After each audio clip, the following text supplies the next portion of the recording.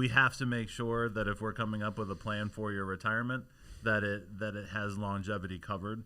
So, a lot of, like we just said, at least one person is going to last until age 95. So we have to make sure that the costs associated with those years are in the financial plan.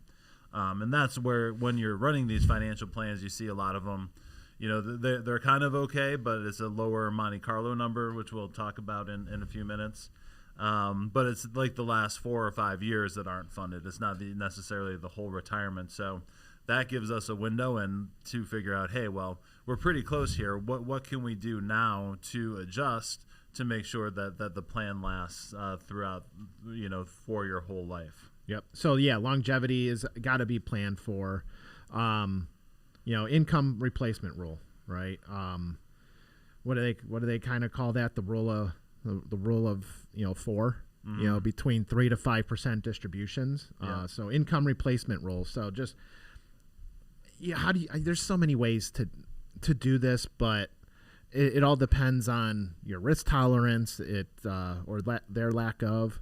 You can create lifetime income through annuities. You can create income through covered call strategies, dividend strategies. You could just think about growth strategies, yep. right? Like picking stocks that grow.